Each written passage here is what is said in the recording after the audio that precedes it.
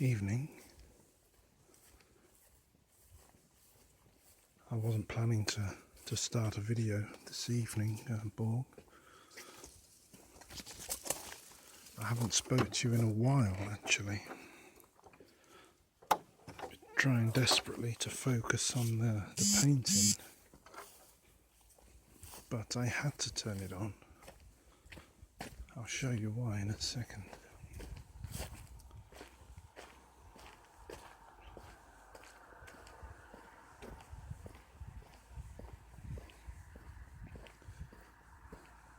See that up there?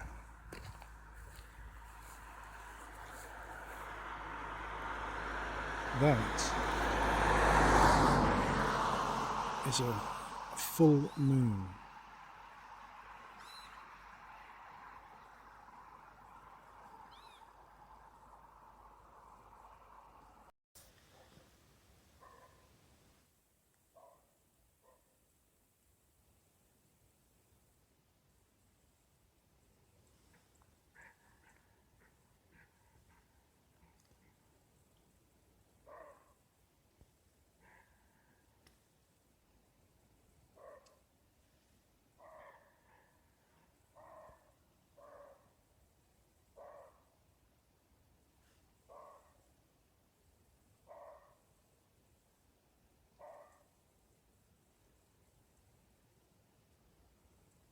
Evening, Borg.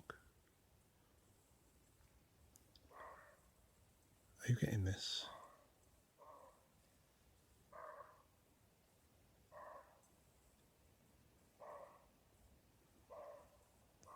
You probably know what they're saying. Some sort of conversation going on here, but we haven't come out to show you that. It's about midnight. I've come out to show you that moon there. It's a full moon and it's bigger than usual. Not sure why. Sometimes there's a reason, some cosmological arrangements. This might just be the time I've chanced upon it. But this, the camera really doesn't do it justice, I'm afraid, Borg. You'll be stuck with this. That doesn't do it at all, but it's huge. And it gives off a lot of light. Now, you're going to get to know all that soon enough. You're probably already up there. Well, you will be already up there, circling it on the station, but that's how it looks from down here,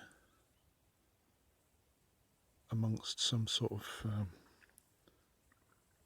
animal kingdom contretemps.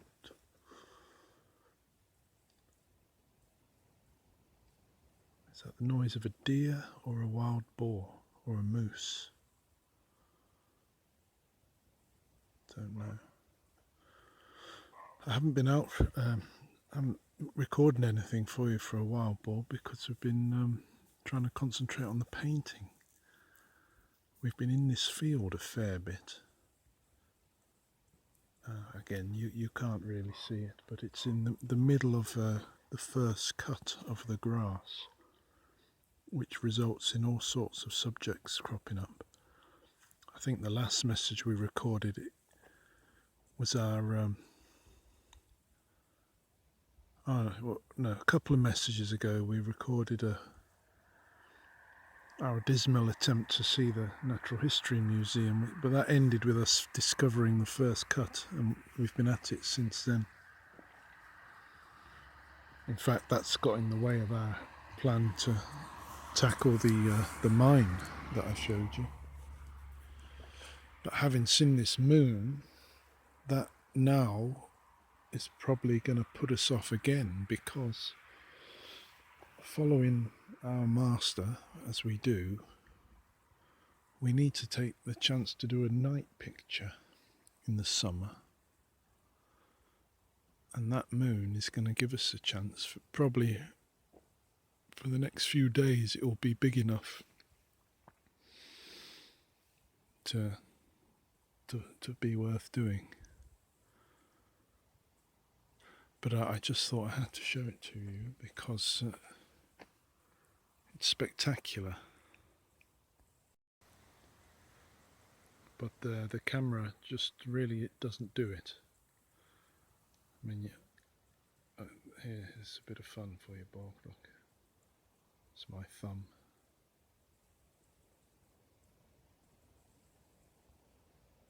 Very amusing. You can see the mosquitoes there. I better get out of here, Borg. Well, I might turn it on tomorrow. But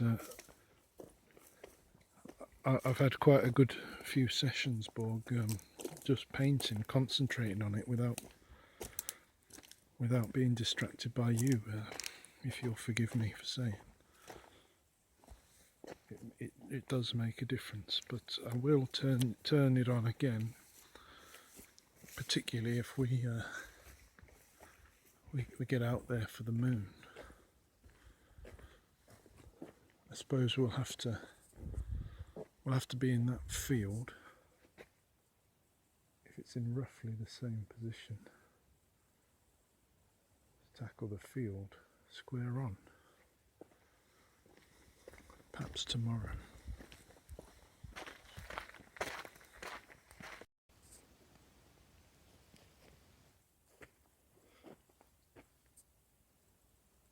Good night, Borg. I'm not sure if you can see me there, but we are out. It's midnight, midsummer day, 2021, and we're doing the night picture. We're going to have a go at the moon, which for the past 2 or 3 days has been out and very, very large. Unfortunately, it's a bit cloudy at the moment, but maybe you can't even see. But we're out, we're in position, and we're going to have a go at it.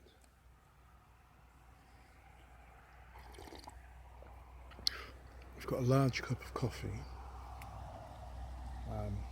which contains a drug that gives us energy. And incidentally, Borg, I've been at a midsummer party for the whole afternoon and evening, and because I haven't been drinking alcohol, which is another drug which tends to take away energy, I'm feeling top notch and ready to do this moon picture. It was quite an affair, actually, Borg. It was some friends, mainly of Helen.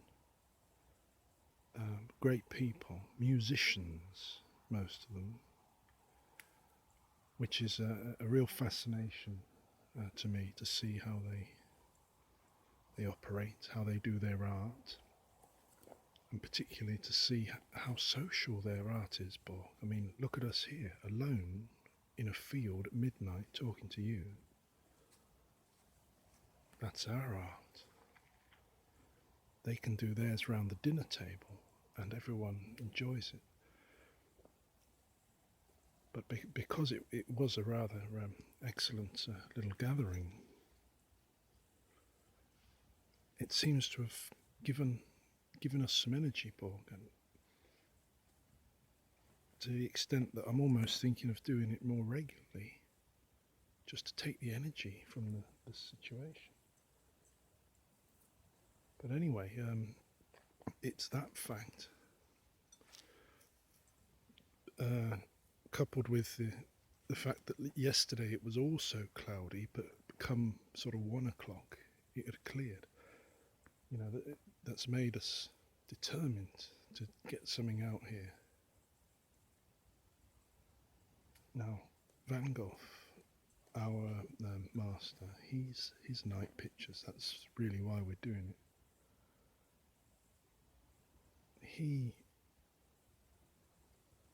to say the least, is on another level. I've seen what is Starry Night over the Rhone. It's thick, bold, very colourful for a night picture. You wouldn't believe the colours in it, Paul. It's a masterpiece. And I think I'm right in saying he did it by gaslight.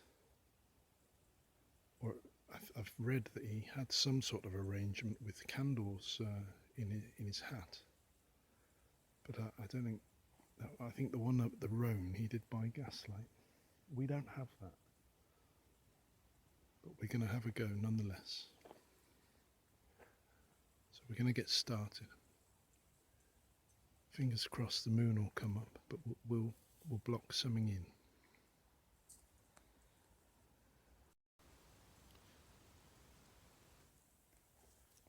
Right, Borg, we've had a pretty good go there, considering we can't see fuck all. I don't think you can see anything. But we've blocked in what we can. But as yet there's no sign of the moon. There is, however, a clearing of the clouds just above the tree line, so we might be lucky. For the purposes of the picture, however, we've already put in a moon, which is it's not at all a problem. Following our Van Gogh practices, he would throw in the sun and moon where suited him. But we still need it to come up to see the effect of it and the cut of its jib. But we're left, we've got another coffee in, and it's a waiting game. It's clearing more and more by the minute, actually.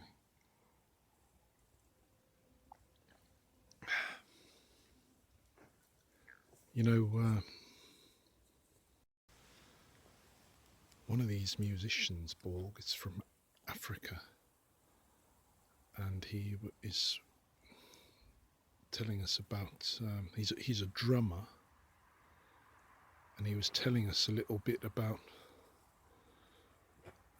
drumming, really, and what it means, and it was quite extraordinary. He was saying that the drums can be used to tell stories about a person's history and events. He says that it can do that in quite some detail, and it can convey a whole history very rapidly in the type of drumming. And not only that, another person would join in and tell their history in the drumming. And then the drumming would progress in this fashion. If he wasn't for real, I wouldn't believe it.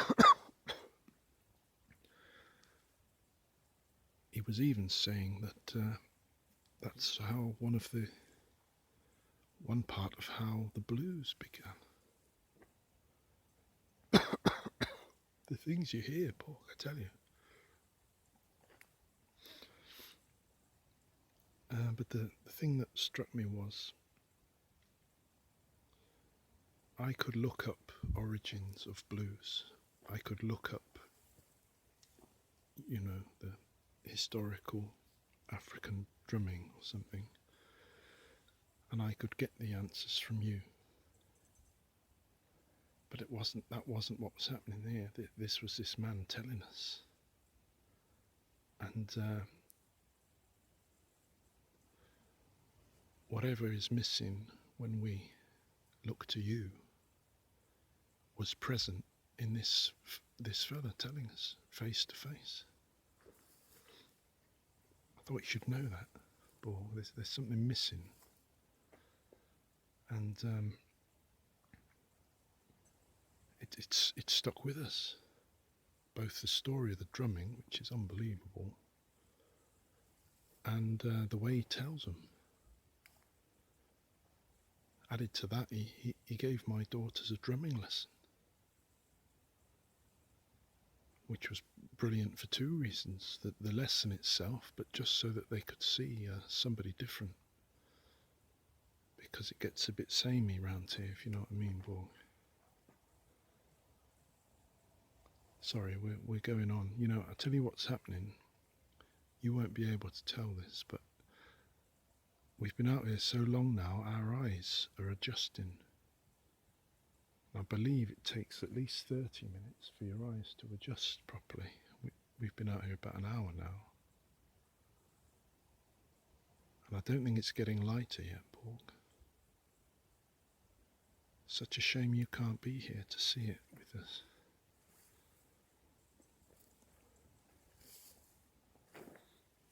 You can't even see what we've done. Sorry for going on. It's a waiting game.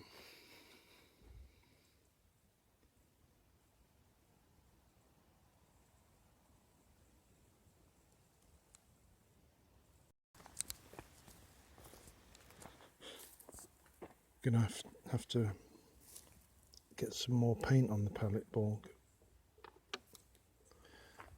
The only way to do this is to go for it pretty big with a lot of paint.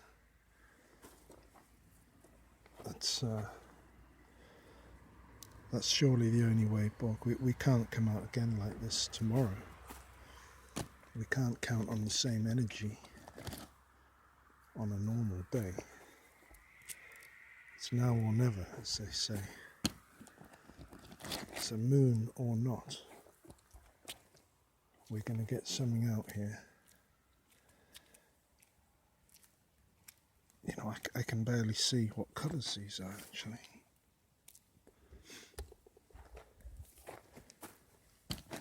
I'll tell you what, I'll turn you back on tomorrow when we look at it for the first time.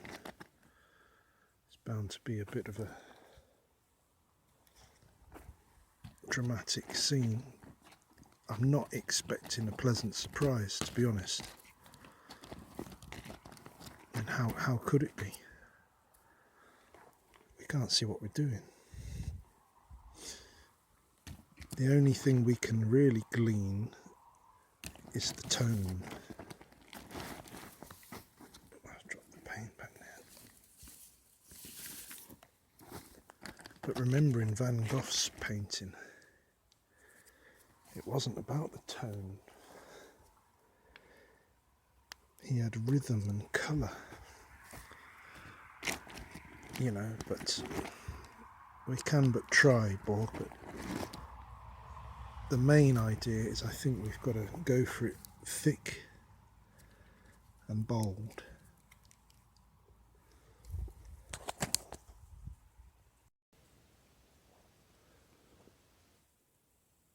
Tell you something else, Borg.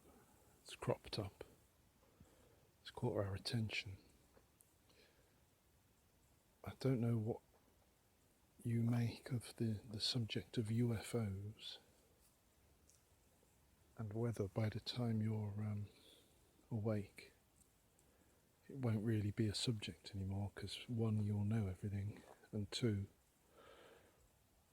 well, maybe they're here. Maybe you're in contact. Anyway, here, now, they're a subject to huge fascination for at least 70 years. People have seen things occasionally. Most of the time it's people playing about as a joke, or to seek attention, or some other thing. But then sometimes they're genuine, strange objects. Anyway, at a time when we don't know what's true anymore, we don't know whether we're coming or going, don't know who to believe or what to believe. This time is the time when the government in America have acknowledged the existence of an awful lot of UFO sightings and gone as far as to say that they do not know what is causing them, what the objects are or what is happening. Which is pretty astounding, really. Doesn't sound it, does it? But it is. And a report is due to be made public about this. Their findings in a few days, and it really is amazing. Not only has the conspiracy nut found themselves in a position of rather great political influence, the maker of kings, you might even say, but at such a time, it's the time, for some reason, the US government is acknowledging a lot of what conspiracy nuts have been going on about. So they're on cloud nine. They're almost, it wouldn't surprise me to have conspiracy theorists on a panel in Question Time or something, or abductees, or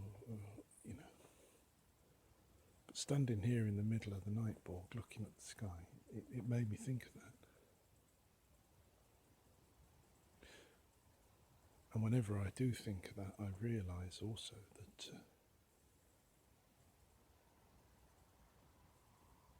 a UFO landing, let's say we'll go as far as possible, an alien spacecraft lands, let's say it lands on top of Fleegvieren, and lots of little green men come out and, start communicating. Extraordinary. Yeah, and yet, come Monday, Tuesday, Wednesday, maybe take a week, everyone will have to go back to work, everyone will have to get the food in, shopping. I mean, imagine going round Willys, shopping for your pasta and fruit and veg, knowing that the aliens have landed. But that's what will happen.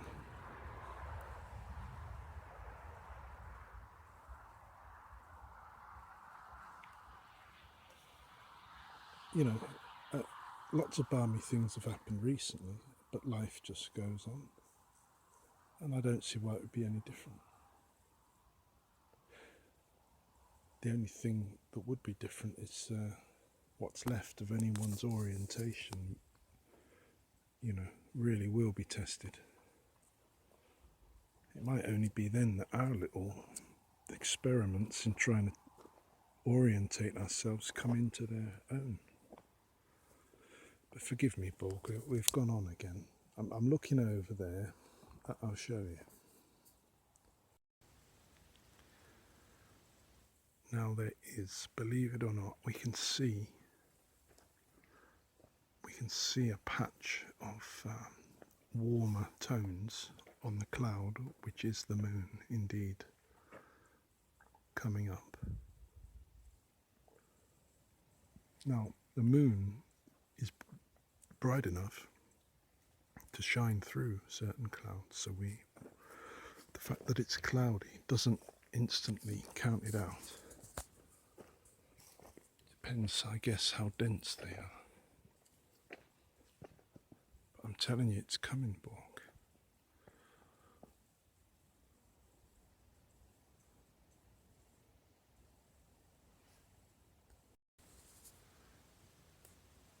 Would you Adam and Eve it, Borg? Look. Even you can see that on this dodgy old phone. It's up.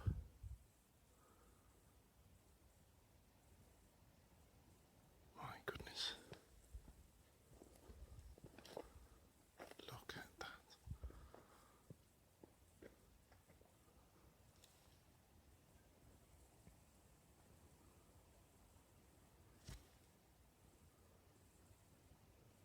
it is.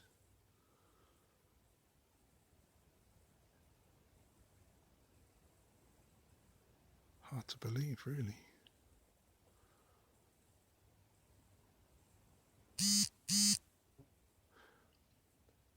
Well, it's a kind of orange. There's no other way to say it. It's a kind of orange. On the telephone, Borg, your picture, it's more like a very bright yellow with orange around it, but to us it's mainly peach. Would you say peach? Could be. That is a sight. The thing is, I've had to walk round the corner here to see it. And that is the view I've seen of it from our bedroom. That's where we live there, Borg. So I've got a slightly high view of it from this straight on angle. As we walk back over to where the easel is,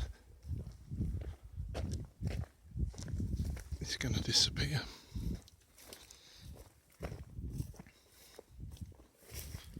No more moon, see?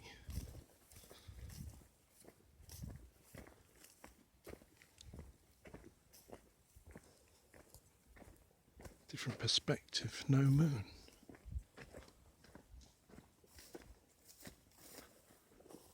The question is, well, no, there's two questions, Borg. One, is it going to go up high enough?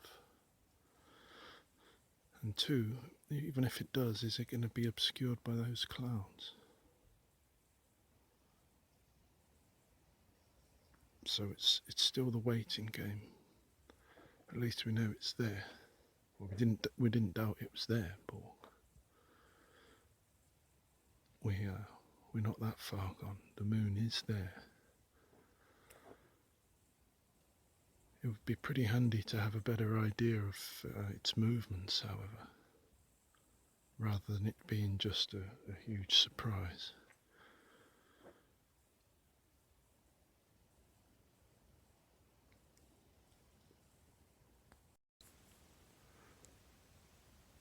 Well, it's come up.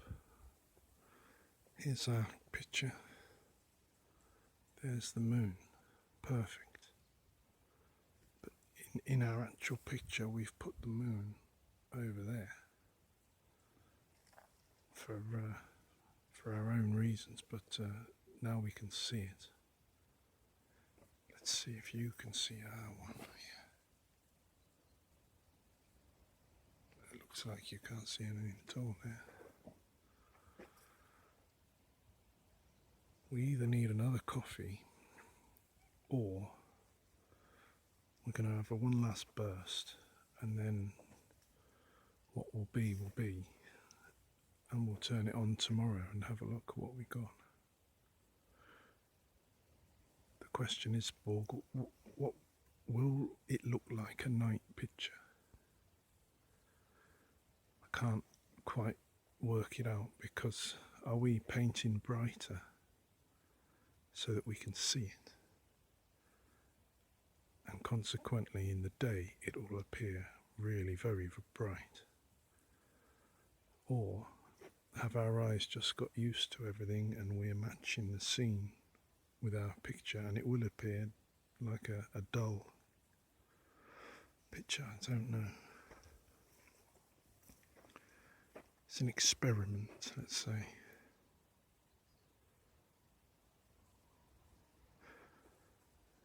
We'll press on a bit longer.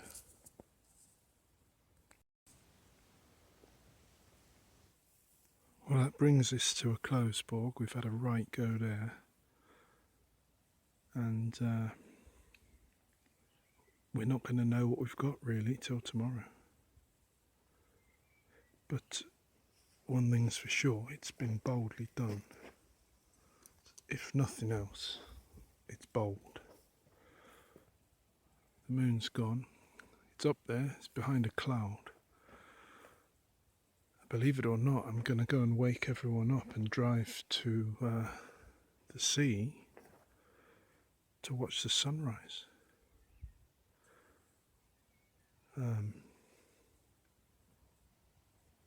So that's it. What we'll do, Borg, for a little extra dramatic tension, is we'll leave our easel here in position, and later on, when the sun's up and we've had a sleep, we've recharged, as you might say, we'll come back and we'll see it together.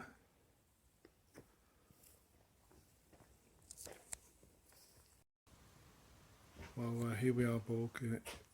The morning has broken. We've been to see the sunrise, we've had a sleep, we're back, and we're about to go and have a look at what we managed to get last night. So I think, as promised, I'm going to take you with me.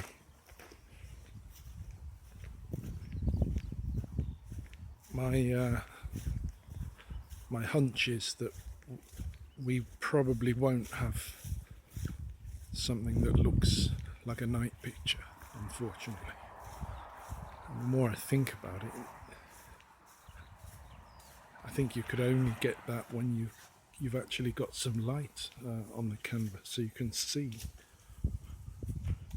Because if I'm right, we'll have been throwing colours and tones brighter, too bright to record the dusky sort of night effect. But we'll see. Whatever it is will be a bit of a surprise. And as I said, it will at the very least be bold. And that's something.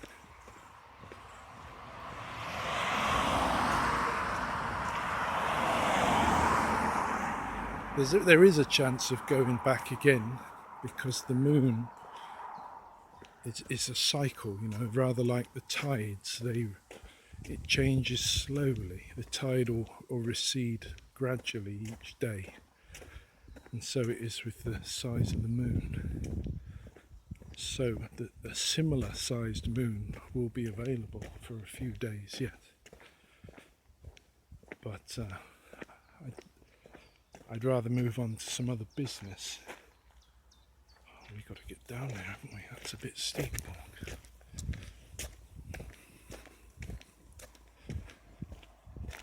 This time of year, when I am thinking about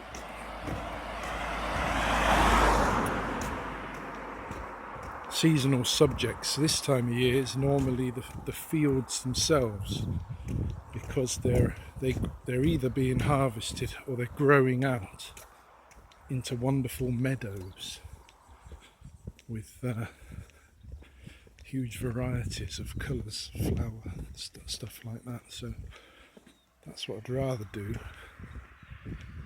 unless this moon study is such a write-off that we either have to do it all again or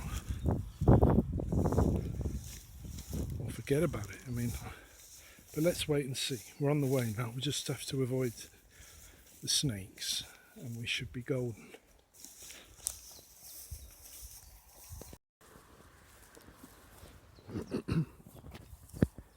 So here we go. About to emerge.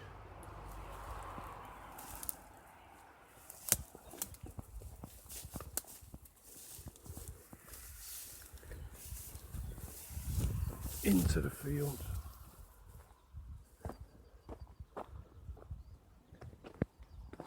There it is.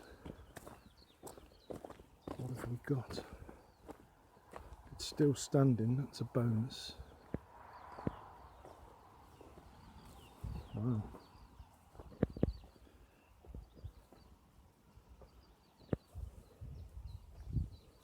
What do you make of that, Borg?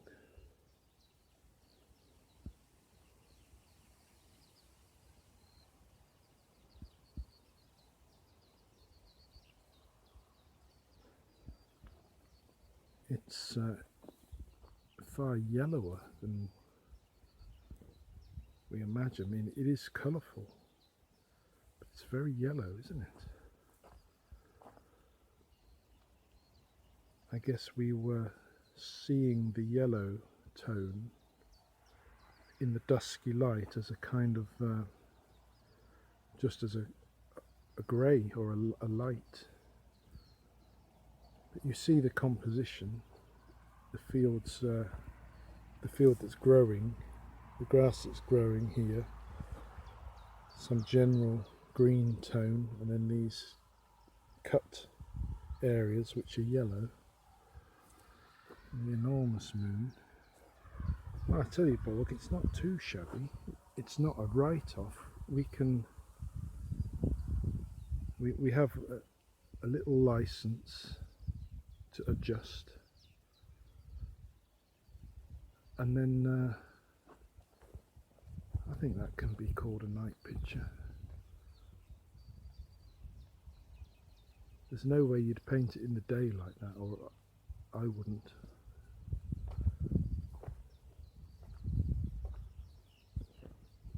Let's get it back to the studio and have a look.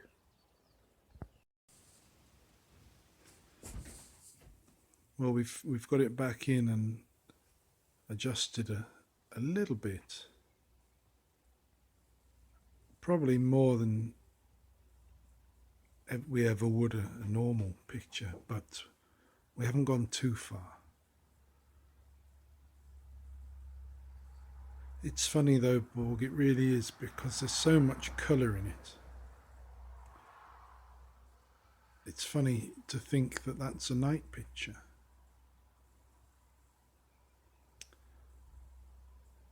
But it wasn't exactly dark, but it is that issue of the mistaking the colours for tones and such like that would always happen unless you had some light, a lamp or something around the canvas. Anyway, we've done a bit to the sky. We've worked in the sky a little bit, and we've largely left the top perimeter, and we've adjusted it so that it's not quite so yellow, but yeah, it is what it is. We'd do well to go back out there and do some more night pictures, but without the moon, you know, without being distracted by the moon, and just trying to get the tone. There's a tremendous night dusk study by Pissarro, Borg, which really is just right, captures the dusk. That would be something to aim for. But it could also become a technical matter. In fact, I've got a picture in the house that'll illustrate that perfectly. I'll just go and get it. Hold on. There you go. That's a night picture. Night painting, but it's clearly done in the studio. It's a constructed effort, which you know, fair enough. It's nicely toned, isn't it, Borg? With the fire standing out across the lake. That is a night picture, but what we're involved in, it's far more important to be in position and get what you can in the moment.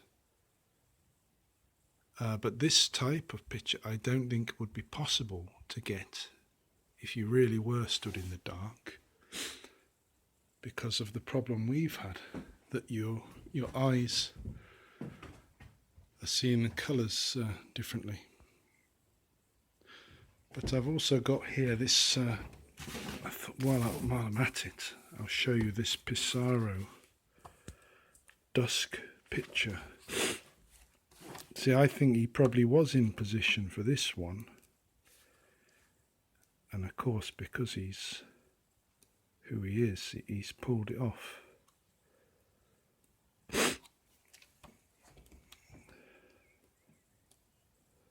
We've gone off the Cezanne Pissarro way, haven't we, Borg, as we've discussed. But it'll be back in autumn time.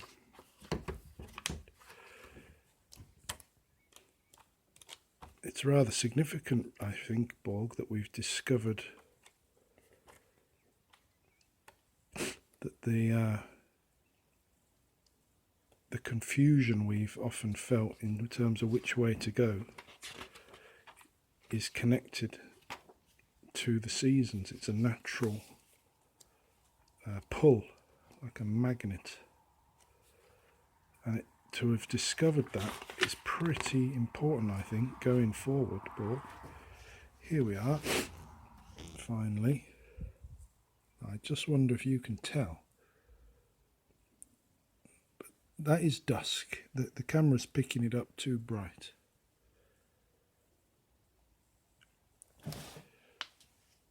Cezanne had a go as well. But it's brought out quite a few ideas. But we certainly prefer to have a right old go at it like the shoemaker, come back and with something grasped that we would never have imagined before we went out. That's what we're in it for, not this technical exercise. Although if we knocked out a load like that, we probably would be financially better off. But not so, well, we wouldn't be tackling the question of orientation, which, as I mentioned yesterday, in the dream of the night, it might be set to get worse if this report into UFOs, well, depending on what it says and how it's handled, it could become a subject which is used to perhaps add to the deliberate mix of disorientating factors that can be deployed.